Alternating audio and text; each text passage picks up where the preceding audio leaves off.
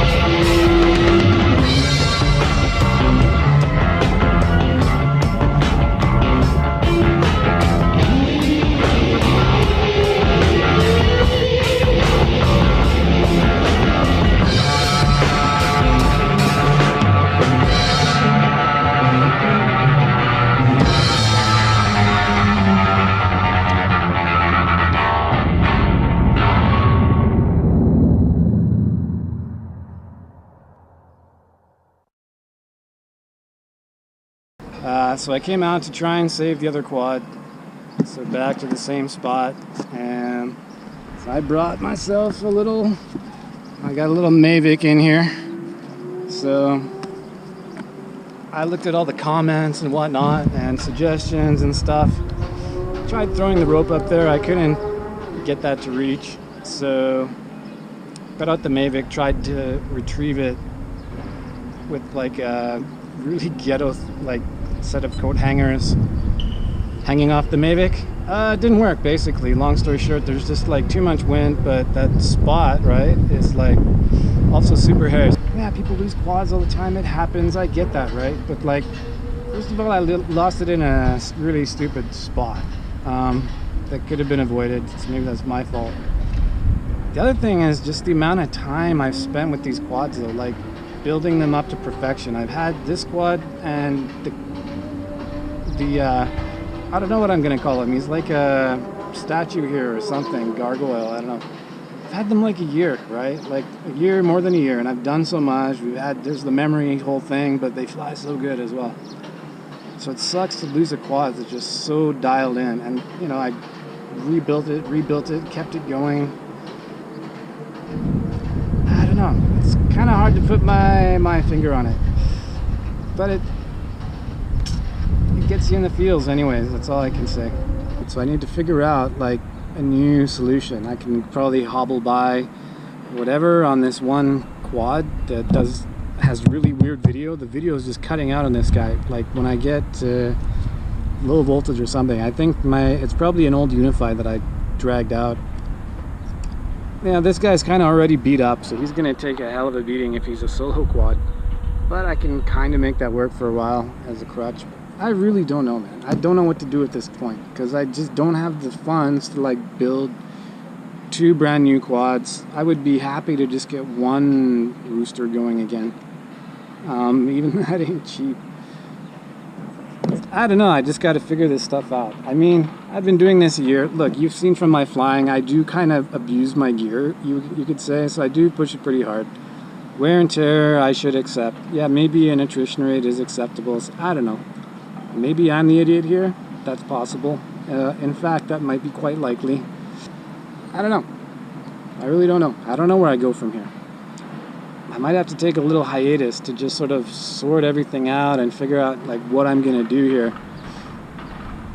I don't know. I really don't know. Like this hobby's been really good though. I used to GoPro's still recording, so I'll keep monologuing. Look, my thing used to be racing cars. So by that I mean tuning like street cars and going on the track with them and competing in like grassroots events and stuff like that. And that is the best way to like lose all your money, because there's no prize money in that stuff. I've always loved cars. I've always loved speed, going fast, the mechanical aspects of it and stuff. I'm not a bad driver either. Pretty handy in the karts and stuff, but you know, at the same time I also realize I'm not the top dog on the heap and all that kind of stuff as well. I'm not going to Formula One, not winning competitions. But I found out all that stuff too late in the game, after I'd already basically just gone balls in and invested, you know, everything, all the things in that hobby. I don't know, would I take it back? I might do it a bit different in retrospect, but it was an experience that I had, proud I had it. But the fallout is killing me. It's been killing me for like 10 years. So like maybe I did that stuff for 10 years and I'm still paying for it like 10 years later. So this whole drone stuff is kind of what has filled the void while I don't do that anymore. It's kind of, I met some good people through this, some really good people. You know, yeah, guys go off. We each have our own life stuff and everything, but I met some really good guys. I love the flying, though most important of all, like I love the flying part of it. I've always loved RC, but I like the technical aspect of drones. I did the big drones, but then like I just basically, what keeps me at this, like I don't know, I've been doing this FPV 6 years I think or something, and what keeps me there is just the love. I just love flying. There's no way around it. I just love it, man. Like I could fly every day if you let me fly every day. It's just the way I am. Keeps me going. Like my weekends of flying, when I go out and fly, it just puts the entire universe back in balance for me. It's kind of like my cathedral or my church or whatever. You could almost say it's religion. I don't know. There's something spiritual about it, I would say, because I'm not such a religious dude. So yeah, I've reached a point though. I beat both quads pretty hard. They lasted a year. That's awesome. A year and a bit. I think I progressed a hell of a lot in the last year. I flew hard. You know, I actually started getting better. And that's great and that's cool. Unfortunately, this sudden loss of one of my quads puts me in a weird position, because what I like doing is I like going out and flying all day, right? And to do that, I usually depend on having the two quads. I don't care about, like, oh, I have so many. It's not about the number of quads. It's more about the ability to just keep flying no matter what, and knowing that I'm always going to have a quad that's going to fly good. So not having that anymore. So now I'm down to one quad that's kind of, yeah, I can patch this guy up, I guess. But I haven't thrown a lot of money at quads in like more than a year. You know, new builds and all that kind of stuff. Haven't done it in ages. I've been getting by on these guys, rebuilding them, fixing them, flying them, rebuilding them, fixing them, flying them, over and over and over. Flying the shit out of these guys, and they have done me proud. And yeah, I don't know what I'm gonna do for a replacement quad now. I'm gonna try and rescue the other one, but it's looking, frankly, quite doubtful. Even though I can see it, getting to it is a whole other ball game. So I don't know. I tried with the Mavic today, poking at it, just not doable because of the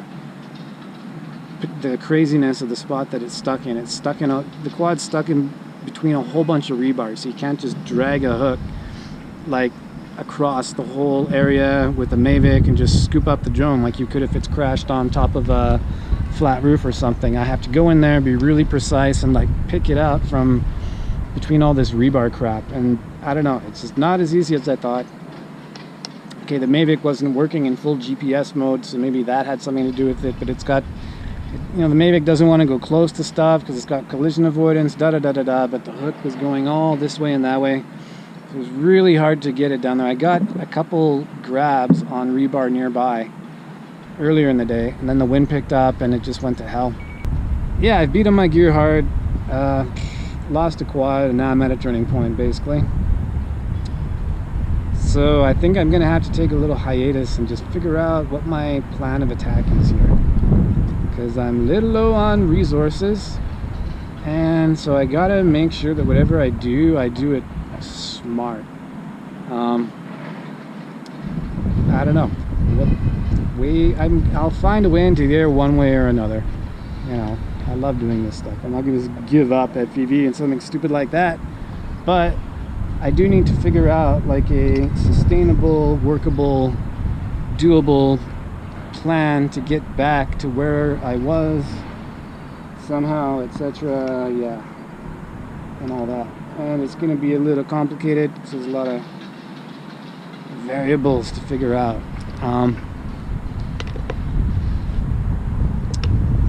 So yeah, that's that. I'm going to pack up, and I am now going to do the good old walk of shame. Haven't had to do a walk of shame in quite a while.